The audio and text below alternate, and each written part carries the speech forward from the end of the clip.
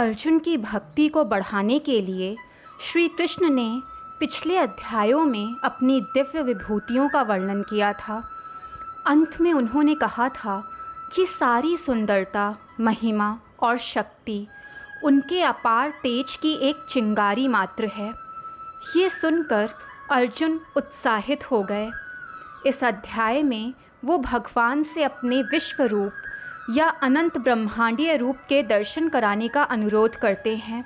श्री कृष्ण अर्जुन को अपने अनंत रूप को देखने के लिए दिव्य दृष्टि प्रदान करते हैं, जिसमें सभी ब्रह्मांड शामिल हैं।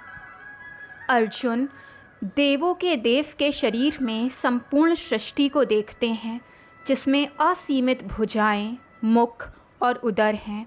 इनका ना तो कोई आदि है और ना ही अंत।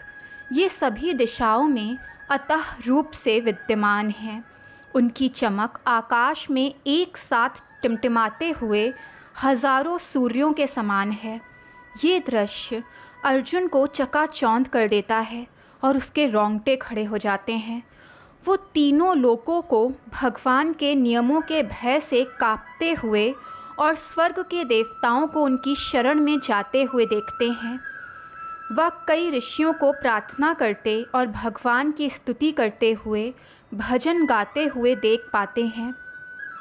तब अर्जुन कौरवों को अपने सहयोगियों के साथ इस विकट रूप के मुख में जाते या समाते हुए देखते हैं, जो भस्म होने के लिए अग्नि की ओर तीव्र गति से भागते हुए पतंगों के समान दिख रहे हैं। इस विश्व रूप को देखकर अर्जुन ने स्वीकार किया कि उसका हृदय और मन भय से अस्थिर है। यद्यपि इस रूप से भयभीत होकर अर्जुन भगवान के इस अद्भुत रूप की पहचान जानना चाहता है, जिसका उसके गुरु और मित्र श्री कृष्ण से कोई संबंध नहीं। भगवान ने घोषणा की कि काल के रूप में वो तीनों लोकों के संहारक हैं। उन्होंने कौरव योद्धाओं का विनाश कर दिया है और पांडवों की जीत निश्चित है। इसीलिए अर्जुन को अब और भयभीत नहीं होना चाहिए। उसे उठकर युद्ध के लिए सज्ज होना चाहिए।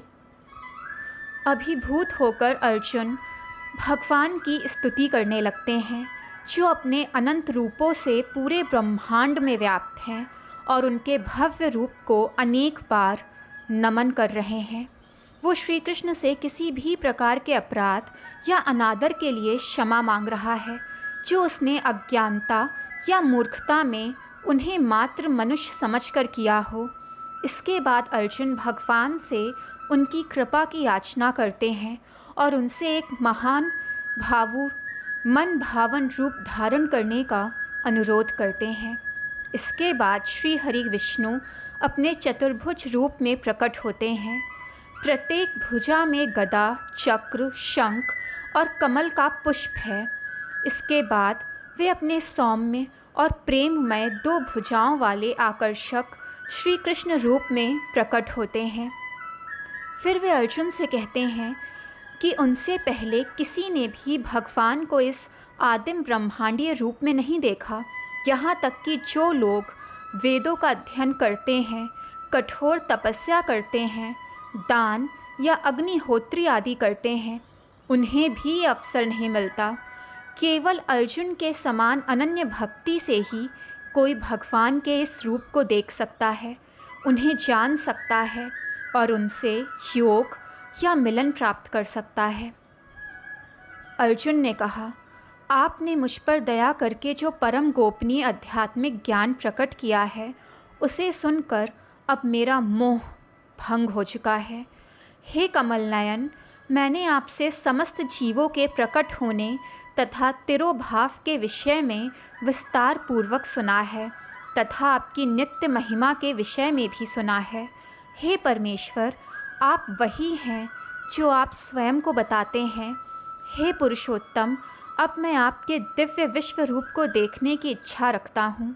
हे समस्त योग शक्तियों के स्वामी, यदि आप सोचते हैं कि मैं इसे देखने के लिए पर्याप्त शक्तिवान हूँ, तो कृपा करके मुझे वो अविनाशी विश्व रूप दिखाइए।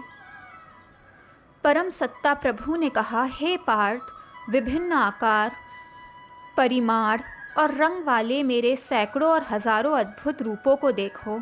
हे भरतवंशी, मुझ में अदिति के पुत्रों, वसु, रुद्रों, अश्वनी कुमारों, साथ ही मरुतों तथा पहले कभी ना प्रकट किए गए अनेक आश्चर्यों को देखो। हे अर्जुन, अब सारा ब्रह्मांड, जिसमें चर अचर सब कुछ विद्यमान है, मेरे विराट रूप में समाया हुआ है, और जो कुछ भी तुम देखना चाहते हो उसे इस विराट रूप में देख सकते हो।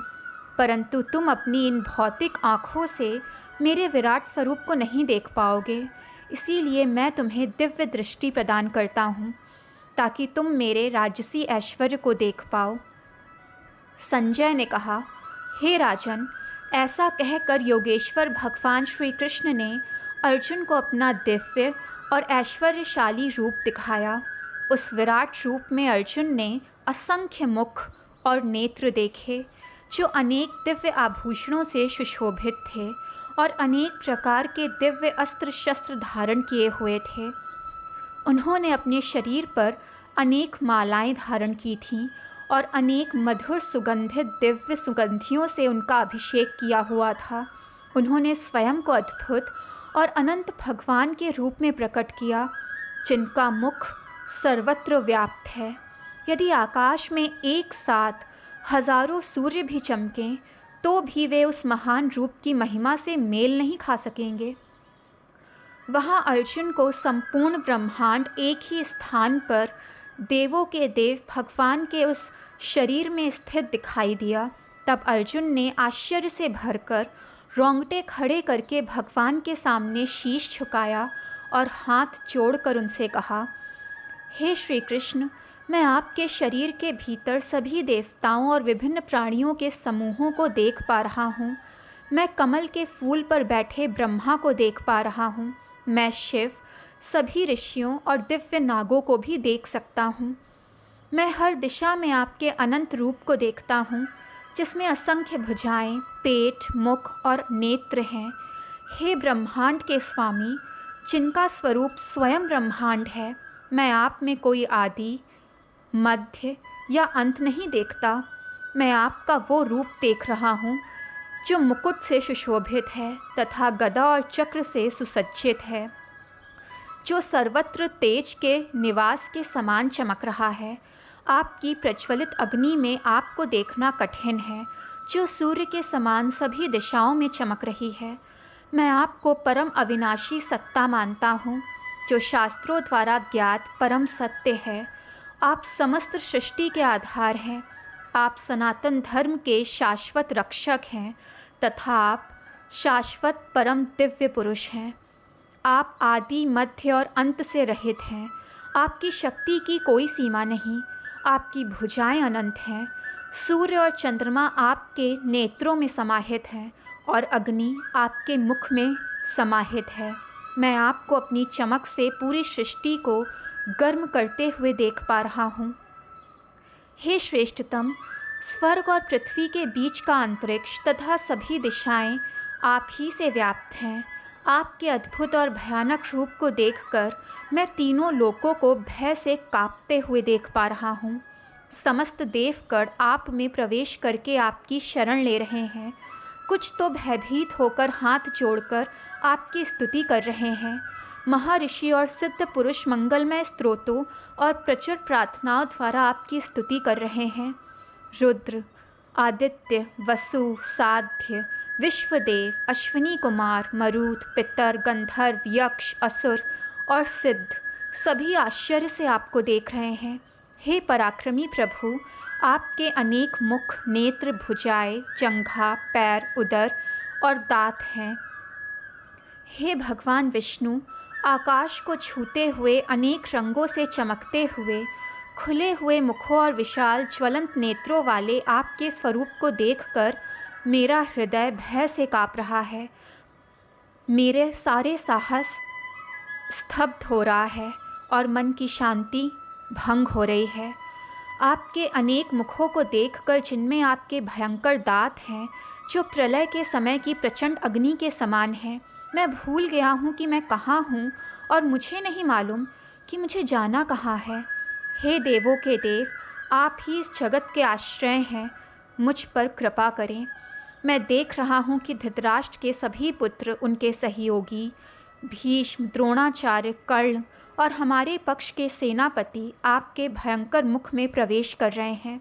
मैं देख रहा हूँ कि कुछ के शीश आपके भयंकर दांतों के बीच कुचले जा रहे हैं।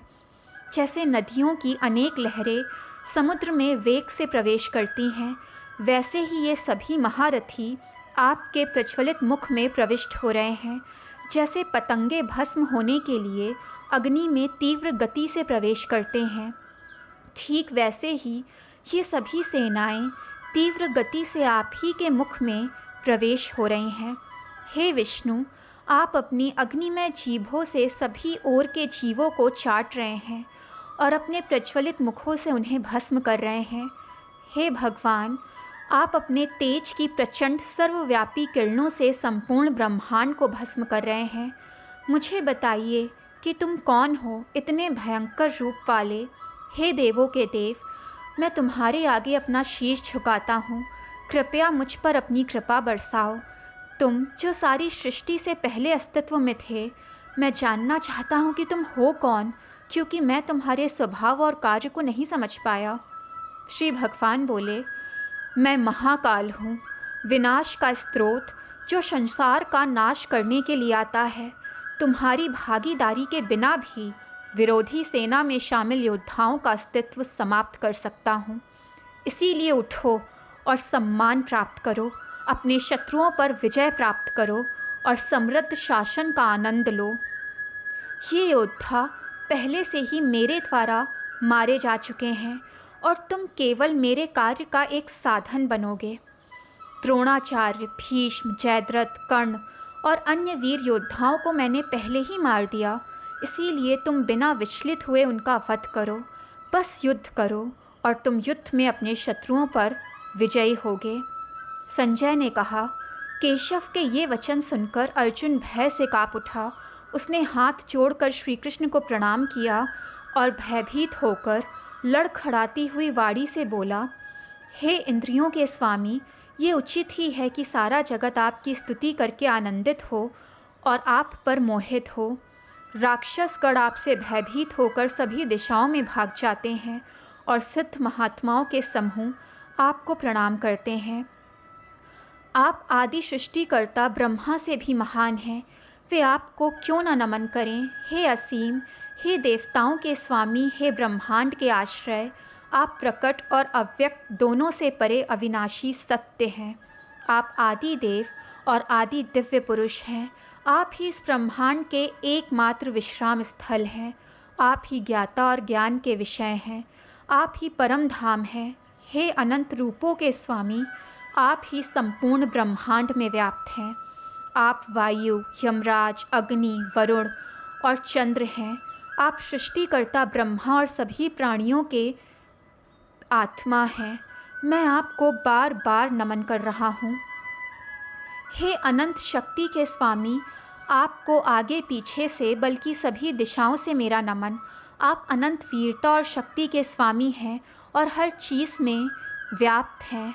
आप ही सब कुछ हैं। आपको अपना मित्र समझकर मैंने अहंकारवश आपको हे कृष्ण, हे यादव, हे मेरे मित्र कहकर संबोधित किया। मैं आपकी महिमा से अनभिज्ञ था, उपेक्षा और अनावश्यक स्नेह दिखा रहा था, और यदि मैंने उपहास में, खेलते समय, विश्राम करते समय, उठते बैठते या खाते समय, अकेले में या दूसरों के सामने आपका अनादर किया हो, तो उसके लिए मैं क्षमा प्रार्थी हूँ। आप समस्त ब्रह्मांड के पिता हैं, सभी चर अचर प्राणियों के पिता हैं। आप ही सबसे अधिक पूजनीय और परम गुरु हैं। जब तीनों लोकों में आपके समान कोई नहीं, तो हे अतुलनीय शक्ति के स्वामी, आपसे बड़ा कौन हो सकता है। अतः हे पूज्य प्रभु, मैं आपको नमन करते हुए आपसे कृपा की याचना कर रहा हूँ। जैसे पिता अपने पुत्र को सहन कर लेता है, मित्र अपने मित्र को क्षमा कर देता है तथा प्रेमी अपने प्रियतम को क्षमा कर देता है, ठीक वैसे ही आप भी मेरे अपराधों को क्षमा कर अपनी शरण में लीजिए। आपके उस विराट रूप को देखकर, जिसे मैंने पहले कभी नहीं देखा था, मुझे अत्यंत हर्ष हो रहा है। फिर भी मेरा मन भय से काँप रहा है। हे देवों के देव, हे ब्रह्मांड के धाम, कृपया मुझ पर दया करें और मुझे अपने मन भावन रूप फिर से दिखाएं। हे सहस्त्रबाहु, यद्यपि आप समस्त सृष्टि के साकार स्वरूप हैं, फिर भी मैं आपको दो भुज रूप में देखना चाहता हूँ।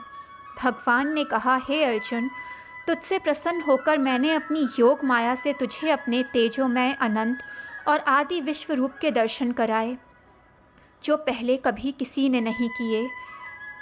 तुमने जो देखा है वो ना तो वेदों के अध्ययन से, ना यज्ञ से, ना अनुष्ठान से, ना दान से, ना घोर तपस्या से कोई भी मनुष्य कभी नहीं देख सकता।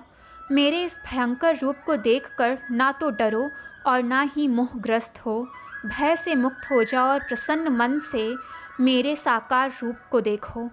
संजय ने कहा, ऐसा कहकर दयालु वसुदेव पुत्र ने पुनः अपने साक्षात रूप को प्रकट किया और फिर अपना सौम्य रूप धारण करके भयभीत अर्जुन को सांत्वना दी। अर्जुन ने कहा, हे श्री कृष्ण, आपके सौम्य मानव रूप को देखकर मेरा धैर्य वापस आ गया और मेरा मन हर्ष से भर गया। भगवान ने कहा, मेरा ये रूप जो तुम देख रहे हो उसे देखना कठिन है। इसे देखने के लिए स्वर्ग के देवता भी उत्सुक रहते हैं। ना तो वेदों के अध्ययन से, ना ही किसी तप, दान या हवन से मुझे वैसे देखा जा सकता है जैसे तुमने अभी देखा था। हे अर्जुन, केवल अनन्य भक्ति से ही मैं तुम्हारे सामने खड़ा हुआ जान पा रहा हूँ। हे शत्रुओं को दग्ध करने वाले, मेरी दिव्य दृष्टि पाकर ही मनुष्य मेरे साथ एकता में प्रवेश कर सकता है। जो लोग मेरे लिए अपने सारे कर्तव्य करते हैं, जो मुझ पर आश्रित हैं और मेरे प्रति समर्पित हैं, जो आसक्ति से मुक्त हैं और सभी प्राणियों के प्रति द्वेष से रहित हैं, ऐसे भक्त निश्चित रूप से मेरे ही पास आते हैं। दोस्तों, वीडियो पसंद आई हो तो चैनल को लाइक, सब्सक्राइब एंड शेयर करें ताकि चैनल की नोटिफिकेशंस आपको मिलती रहें।